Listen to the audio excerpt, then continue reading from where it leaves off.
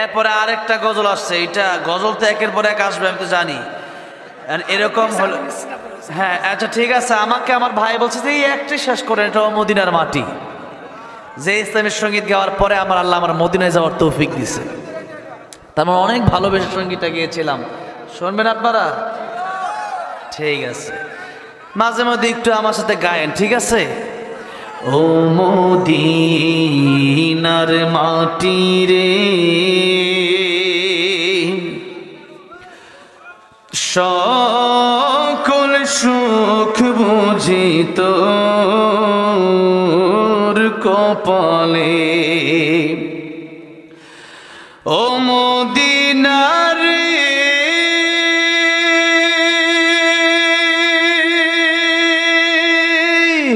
তোর বুকে আমার নবী, যার লাগি পাগল সবই, যার তরে হইল সৃষ্টি ত্রিভুবন।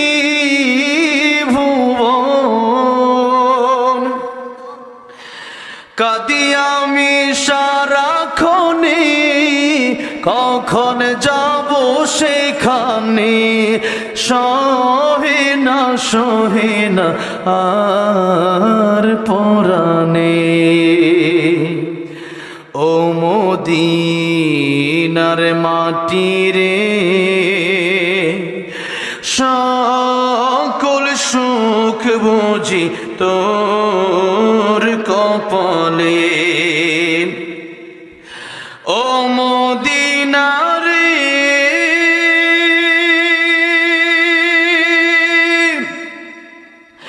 পাখি যদি হতাম আমি, উড়ে উড়ে যেতাম আমি, থাকতো না মনে কোনো যন্ত্রণা। দেহে নাই পাখায় আমার, সাথে নাই টাকায় আমার, কেমনে কেমনে যাব সেখানে। ও মদিনার মাটি রে, সকল সুখ বুঝি তোর কপালে। ও মদিনার মাটি রে,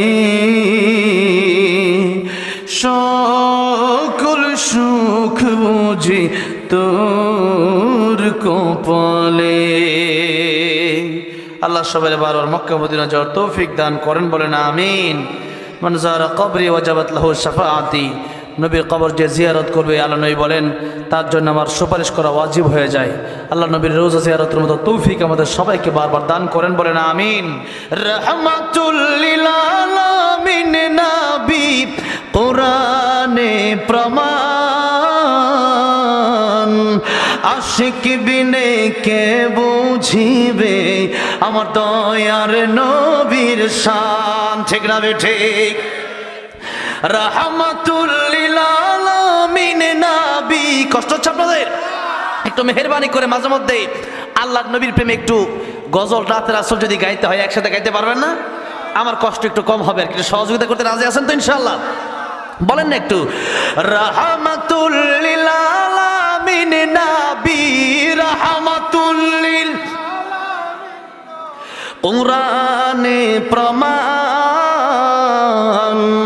আশিক বিনে কে বুঝিবে আমার দয়ার নবীর শান, আশিক বিনে কে বুঝিবে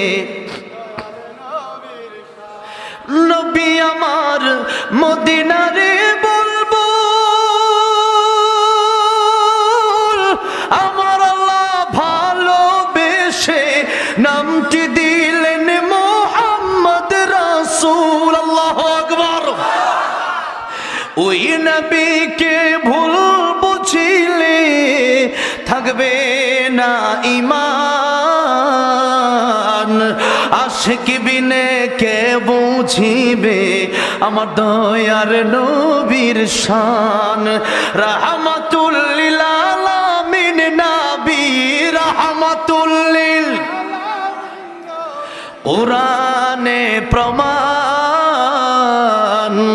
আশিক বিনে কে বুঝিবে আমার দয়ার নবীর শান, উম্মত বিনে কে বুঝিবে আমার দয়ার নবীর শান। জুড়ে বলেন মারহাবা। আমি প্রথমেই যে ইসলামের সঙ্গীতটা বলবো, আমি জানি এই ঝিনাইদহবাসী বিশেষ করে আল্লামা সাঈদীর জন্য পাগল পারা। জোরে বলেন ঠিক না ঠিক? আল্লামা সাঈদীর জন্য একটা তাকবীর দিতে চাই। লিল্লাহি তাকবীর, লিল্লাহি তাকবীর। আল কোরআনের আলো, লিল্লাহি তাকবীর। আল্লামা সাঈদী রাহমাতুল্লাহর জন্য আমাদের ভালোবাসা আছে না নাই? কোন জালেমের জন্য আমাদের ভালোবাসা নাই, ঠিক না ঠিক? তাদের জন্য শুধু আছে আমাদের ঘৃণা। আর আল্লামা সাঈদীর সাথে আমরা জান্নাতে থাকার আশা করি, ঠিক না ঠিক? আল্লামা সাঈদী যখন শহীদ হয়ে গেলেন তখন আমি এই সঙ্গীতটা আমার হৃদয়ের ব্যথা নিয়ে ওনার, আমি সেখানে শাহবাগ যে হসপিটালে ছিলেন সেই হসপিটালে আমি গেলাম। লাশটা দেখতেই পারলাম না, অনেক মানুষ তো বেশি। ঢাকায় জানাজা পড়বো, তাও জানাজা পড়তে দেওয়া হলো না। তারা জানাজা পড়তে দেয় নাই। আল্লামা সাঈদী বাংলাদেশে আছে, তারা তো বাংলাদেশে থাকতে পারে নাই। শুধু বাংলাদেশ না, এই দেশে বিচার হবে কি হবে না আমি জানি না, এগুলা মুখের বুলি উড়ায় লাভ নাই। কিন্তু এই শত শত আলেমদেরকে ফাঁসির কারণে, শত শত আলেমদেরকে শহীদ করার কারণে, শত শত আলেমদেরকে বিনা কারণে কারাভোগ করার কারণে আল্লাহর বিচার থেকে তোদের মতো জালেমকে কেউ রক্ষা করতে পারবে না। বিচার আমরা দেব একজনের কাছে, তিনি কে? যদি বলেন তিনি কে? আল্লাহর কাছে আমাদের বিচার দিই, আমরা শান্ত থাকবো ইনশাআল্লাহ। তিনি একদিন বিচার করবেন। ইন্না সাআতা আতিয়াতুন আকাদু উখফিহা লিতুজজা কুল্লু নাফসিন বিমা তাসআ। আল্লাহ বলেছেন কিয়ামত এই জন্য কায়েম করবে যাতে করে তোমাদের প্রত্যেকের বদলা আমি আল্লাহ দিতে পারি। বদলা আমার আল্লাহই দিয়ে দিবে। তাহলে সেদিন আমি বলছিলাম আল্লামা সাঈদ তুমি শহীদ হয়েছে কেন? একে তো আল্লাহর রাস্তায় 13টা বছর তিনি ছিলেন, বাড়িতে এসে তিনার মরণ হয়, এবং আল্লাহর রাস্তায় থাকাকালীন কারাগারে তিনার মরণ হয়েছে, ঠিক না ঠিক? দ্বিতীয় কথা হলো ইঞ্জেকশনের সাথে বিষ দিয়ে তাকে শহীদ করে দেওয়া হয়েছে। প্রথম নেওয়া হয়েছিল আমাদের গাজীপুর, আমার বাড়ি গাজীপুর জয়দীপুর হসপিটালে, শহীদ তাজউদ্দিন হসপিটালে। সেখানে দেখা গেছে মানুষের ভিড়, প্রচণ্ড ভিড়। এরপরে আল্লামা সাঈদীকে সেখানে নিয়ে যাওয়া হয়েছিল। আল্লামা সাঈদী এমন একজন ব্যক্তি যার দ্বিতীয় কোনো ব্যক্তি হয় না, যেরকম ঠিক না ঠিক? যার দ্বিতীয় হয় না। আল্লামা সাঈদী এমন একজন মানুষ ছিলেন। আল্লামা সাঈদী যাকে আল্লাহ রাব্বুল আলামিন নিজে সম্মান দান করেছিলেন, যিনি দেশের শ্রেষ্ঠ একজন মুফাসসির ছিলেন, যার তাফসির শুনলে মানুষ কাঁদতো, নামাজে চলে যেত। যার তাফসির মানুষ শুনে লক্ষ লক্ষ মানুষ যার তাফসিরে হতো, লক্ষ লক্ষ মানুষ যার তাফসির শুনে নামাজি হয়েছে, কোরআনওয়ালা হয়েছে, টুপিওয়ালা হয়েছে, মুসলিম হয়েছে। আল্লাহ আকবার বলেন। আল্লাহ তুমি আল্লামা সাঈদীর কবরকে জান্নাতের উচ্চ মাকাম বানায় দাও, বলেন আমিন। আল্লামা সাঈদী তুমি মরণে শহীদ হয়েছ, তুমি এটাই জানি, ঠিক না ঠিক? কারাগারে কাটালে 13টি বছর, বাতিল কেঁপেছে তোমায় দেখে থর থর। কারাগারে কাটালে 13টি বছর, বাতিল কেঁপেছে তোমায় দেখে থর থর। তুমি যে ছিলে মোদের নয়ন মনি, শহীদ হয়েছ তুমি এটাই জানি। আল্লামা সাঈদী তুমি মরণি, শহীদ হয়েছ তুমি এটাই জানি। দেখা তো হবে না আর এই জীবনে, দেখা হবে জান্নাতে ফুল বাগানে। দেখা তো হবে না আর এই জীবনে, দেখা হবে জান্নাতে ফুল বাগানে। এই আশা কবুল করো আল্লাহ তুমি, পড়ে না আমিন। এই আশা কবুল করো আল্লাহ তুমি, শহীদ হয়েছ তুমি এটাই জানি। শহীদ হয়েছ তুমি এটাই জানি। আয় আল্লাহ আমাদেরকেও তুমি শহীদি মরণ দিও, জোরে বলেন আমিন। শহীদি মরণ এমন মরণ, একটা পিপিলিকে কামড় দিলে যত কষ্ট এর চেয়ে বেশি কিছু না। কবরে মুনকার নাকির আসে না, বিনা হিসেবে জান্নাত। এর চেয়ে বড় আর কিছু চাওয়ার আছে? সেই মৃত্যু আমরা কামনা করবো, বলি ইনশা আল্লাহ। আল্লাহ আজকের মাহফিলকে কবুল করেন। আজকের মাহফিল যারা আয়োজন করলেন, যারা আসলেন বসলেন, আল্লাহ রাব্বুল আলামিন সবার গুনাহ মাফ করে দেন। আল্লাহ রাব্বুল আলামিন সবার মনের নেক বাসনা পুরা করে দেন। আল্লাহ রাব্বুল আলামিন এই জমিনে আল্লাহ খাস রহমত বরকত দিয়ে আল্লাহ ভরপুর করে দেন, বলেন আমিন।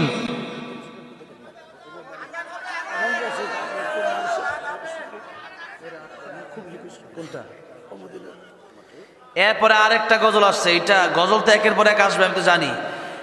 এরকম হলো, হ্যাঁ আচ্ছা ঠিক আছে, আমাকে আমার ভাই বলছে যে এই একটাই শেষ করেন, এটা মদিনার মাটি। যে ইসলামী সঙ্গীত গাওয়ার পরে আল্লাহ আমার মদিনায় যাওয়ার তৌফিক দিছে। তার মানে অনেক ভালোবেসে সঙ্গীতটা গিয়েছিলাম, শুনবেন আপনারা? ঠিক আছে, মাঝে মধ্যে একটু আমার সাথে গায়েন, ঠিক আছে?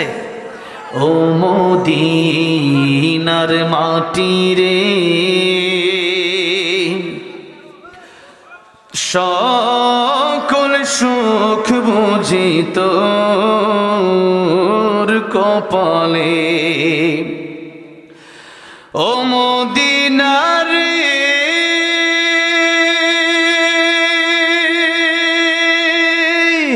তোর বুকে আমার নাবি, যার লাগি পাগল সবই, যার তরে হইল সৃষ্টি ত্রিভুবন।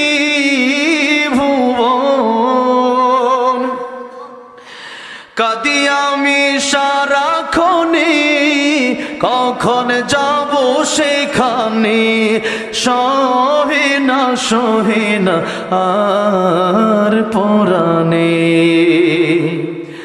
ও মদিনার মাটি রে, সকল সুখ বুঝি তোর কপালে। ও মদিনা রে,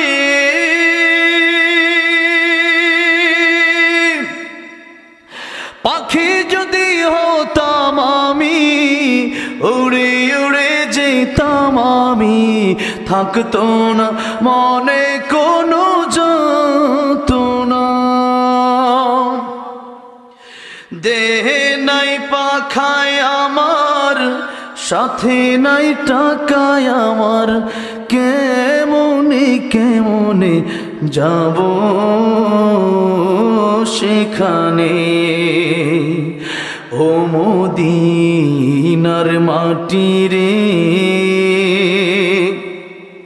সকল সুখ বুঝি তোর কপালে। ও মদিনার মাটি রে, সকল সুখ বুঝি তোর কপালে। আল্লাহ সবাই বারবার মক্কা মদিনা যাওয়ার তৌফিক দান করেন, বলেন আমিন। মান যারা কবরি ওয়াজাবাত লাহু শাফাআতি, নবীর কবর যে জিয়ারত করবে, আল্লাহ নবী বলেন তার জন্য আমার সুপারিশ করা ওয়াজিব হয়ে যায়। আল্লাহ নবীর রোজা জিয়ারতের মতো তৌফিক আমাদের সবাইকে বারবার দান করেন, বলেন আমিন। আর আমি কিছু বলতে পারলাম না, কারণ না ভাই, এটা আপনার মতো সবই ছিল।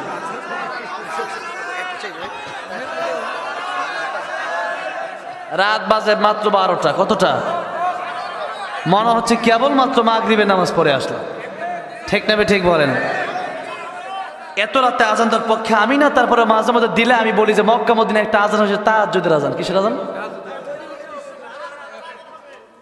একটু, তাহলে একটা শর্ত আছে, শর্ত হলো আপনারা সবাই একটু জোরে জোরে আল্লাহু আকবার বলতে হবে। এই আওয়াজ ঝিনাইদহের মানুষের আওয়াজ এরকম হয় না, আরো জোরে বলতে আল্লাহু আকবার। এই আওয়াজটা প্রত্যেকটা লাইন শেষ হবে আজানের, আর এই আল্লাহু আকবার বলতে হবে। রাজি আছেন? আছেন তো? শুনবেন কারা কারা দেখি তো। লিল্লাহি তাকবীর, লিল্লাহি তাকবীর। আল্লাহ কবুল করেন, হাত নামান। একটু আজানটা এখন আমি দেব, তবে তাহাজ্জুদের নিয়ত করেন মাঝে মাঝে। তাহাজ্জুদ পড়লে আমার আল্লাহর ওলি হওয়া সম্ভব। এই জন্য তাহাজ্জুদ পড়বেন। কি পড়বেন? তাহাজ্জুদ পড়বেন। আমরা এই যে আজান দিচ্ছি, তাহাজ্জুদের নিয়ত করেন, বাড়িতে গিয়ে 2 রাকাত হলো তাহাজ্জুদ পড়েন, এটা আলাদা শান্তি আছে। তাহলে কি বলবেন জোরে জোরে? দেখি কত জোর আছে। যদি দেখা যায় যে জোর নাই, তাহলে কিন্তু আজান মাঝখানে শেষ করে দেব। হ্যাঁ, যেহেতু এটা আমি আর ফজর জোহরের আজান দিচ্ছি না, তাই একটু জোরে সরে আল্লাহু আকবার বলবেন, যাতে এলাকায় কোনো শয়তান নজর থাকলে না একবারে গো। ঠিক না ভাই? ঠিক। হ্যাঁ, রেডি তো সবাই? আল্লাহু আকবার বলছেন, রেডি? ঠিক আছে। আল্লাহু আকবার, আল্লাহু আকবার, আল্লাহু আকবার,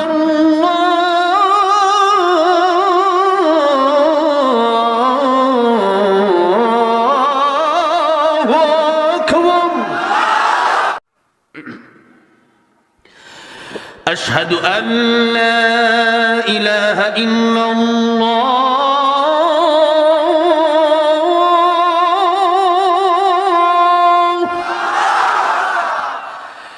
أشهد أن لا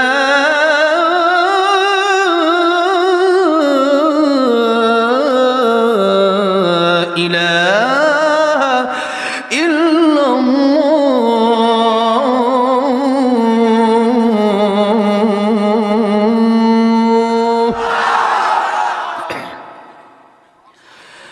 أشهد أن محمدا رسول الله،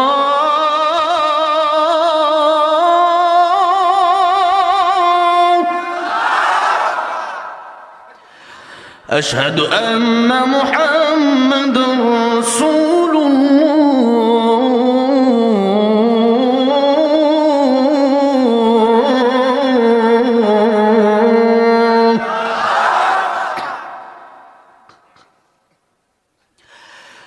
حي على الصلاة،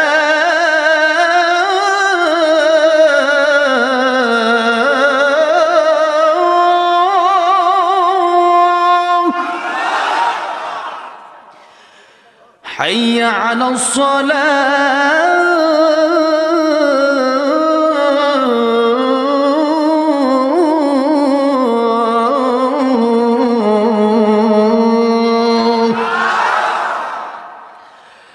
حي على الفلاح،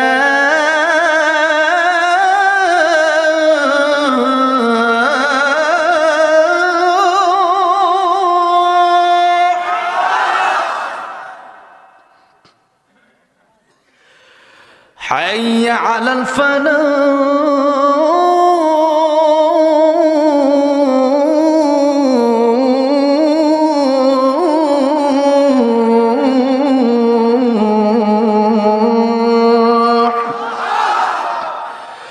الله أكبر،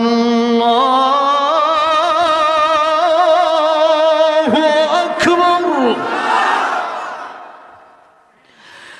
لا